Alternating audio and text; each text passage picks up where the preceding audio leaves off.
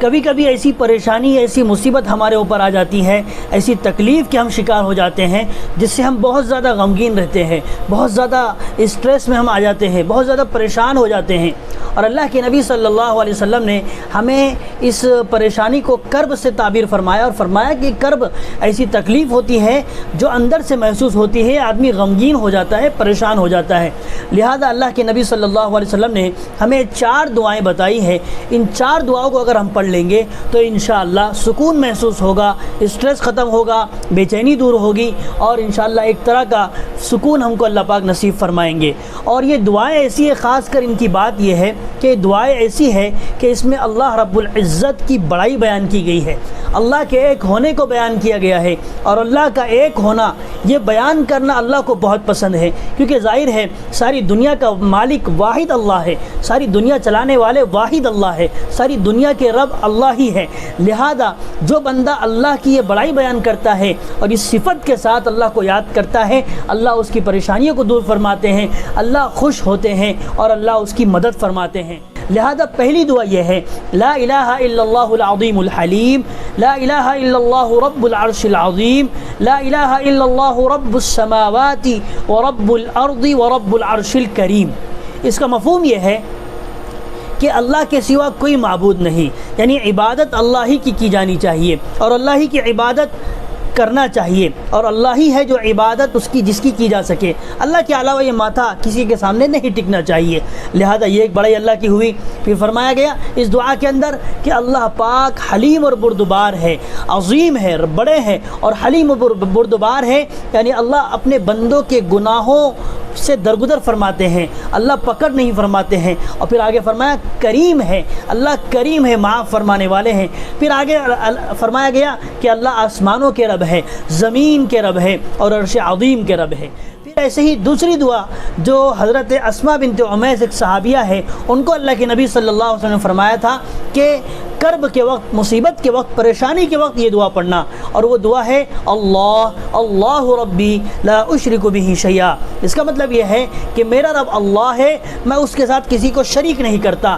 اگر آپ خاتون ہیں، لیڈیز ہیں، تو آپ ایسا کہے گی کہ میں اللہ کے ساتھ کسی کو شریک نہیں کرتی۔ تو یہ بھی اللہ کی بڑی صفت ہے کہ شرک اللہ کو بہت ناپسند ہے۔ اللہ پاک نے فرمایا کل قیامت میں ان اللہ لا یغفر ان یشرک بہ ویغفر ما دون ذلک لمن یشاء، کہ اللہ پاک شرک کے علاوہ ہر گناہ کو معاف فرما دے گا، لیکن شرک کو معاف نہیں فرمائے گا۔ لہذا اس دعا کو کرنے سے بھی اللہ کی بڑائی بیان ہو رہی ہے اور اللہ کے ایک ہونے کو ہم ثابت کر رہے ہیں۔ لہذا اس دعا کو بھی ہم پڑھ کر اللہ کی مدد کو کھینچنے والے بن رہے ہیں۔ تیسری دعا جو کہ اتنی اچھی دعا ہے، جس میں فرمایا گیا اللہم رحمتک ارجو فلا تکلنی الی نفسی طرفۃ عین واصلح لی شأنی کلہ لا الہ الا انت۔ کیا مطلب ہے اس کا کہ اے میرے پروردگار، میں تیری رحمت کا امیدوار ہوں، میں تیری رحمت کا طلبگار ہوں، اور مجھے پلک جھپکنے کے برابر بھی میرے نفس کے حوالے نہ کرنا، اور میرے حال، میرے کام، ہر چیز کی اصلاح فرما دیجئے۔ جہاں خامی، کمی، کوتاہی، اللہ اس کو پوری فرما دیجئے، اور میرا ہر کام پرفیکٹ ہو، ہر چیز درست ہو، اور نادرستگی سے میری حفاظت فرمائیے۔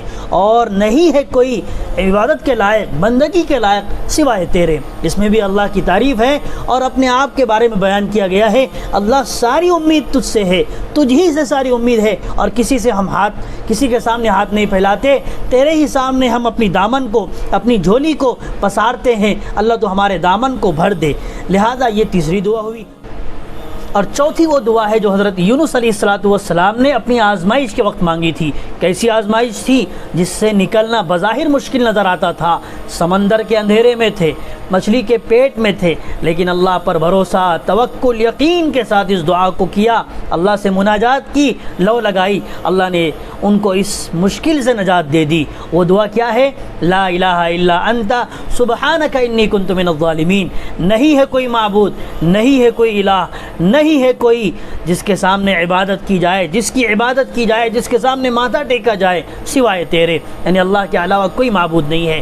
تیری ذات پاک ہے میرے خدا، بے شک میں ہی ظالموں میں سے تھا، میں نے ہی اپنے اوپر ظلم کیا ہے۔ تو یہ 4 دعائیں ہیں جن کا اگر ہم اہتمام کر لیں گے، اپنی روٹین میں شامل کر لیں گے، اللہ کی ذات سے امید ہے کہ نبی کے زبان مبارک سے نکلے ہوئے الفاظ ہے، لہذا یقین کے ساتھ اگر ہم پڑھیں گے اللہ ہماری پریشانیوں کو دور فرمائے گا، مصیبتوں کو ختم فرمائے گا اور ٹینشن کو دور فرمائے گا، راحت و چین اور سکون و عافیت کی زندگی عطا فرمائے گا۔ کر کے دیکھیے، روٹین میں لائیے، انشاءاللہ اللہ پاک کی ذات سے امید ہے اللہ خائب اور خاسر یعنی ہم کو ایسے نہیں بھیجے گا کہ ہماری جھولی خالی ہوگی، بلکہ اللہ ہمارے دامن کو بھر کر سکون اور عافیت پہنچا کر اللہ ہم کو لوٹائے گا اپنے دربار سے، ہماری ان دعاؤں کو قبول کرے گا، سنے گا۔ اللہ ہی بہتر ہے سننے والا، اللہ ہی بہترین سننے والا ہے، بہترین جاننے والا ہے، لہذا اللہ پر بھروسہ کرے، بھروسہ کرنے والی ذات صرف اللہ ہی کی ہے۔ ویڈیو کو لائک کیجئے، شیئر کیجئے، فیس بک پر دیکھ رہے ہیں تو اس پیج کو لائک کیجئے، فالو کیجئے، اور اگر یوٹیوب پر دیکھ رہے ہو تو سبسکرائب کرنا نہ بھولیے۔